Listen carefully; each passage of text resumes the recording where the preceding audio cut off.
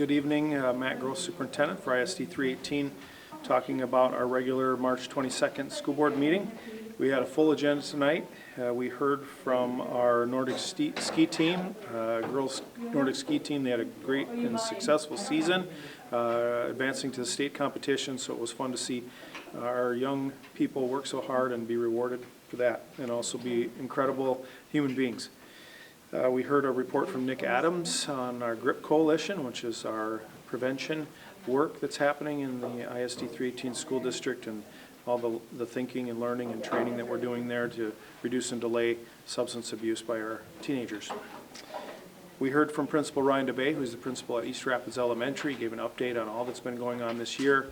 Excellent report from East, and so appreciative of the staff there, all the hard work they've put in, and just the tireless hours and effort for our children.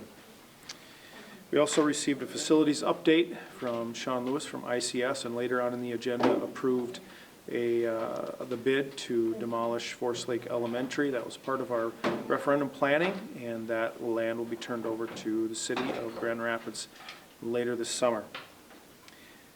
Carol Lundeen, our school business manager, gave a report on our budget reduction process, and we're continuing to fine-tune that this week, and the board will be considering the actual reductions in a board meeting on April 6th coming up. Let's see, we also tonight had the approval of some repairs on the Reif roof. That's something that's been going on for a couple of years. We've investigated the options available, and so we're excited to have that taken care of this summer.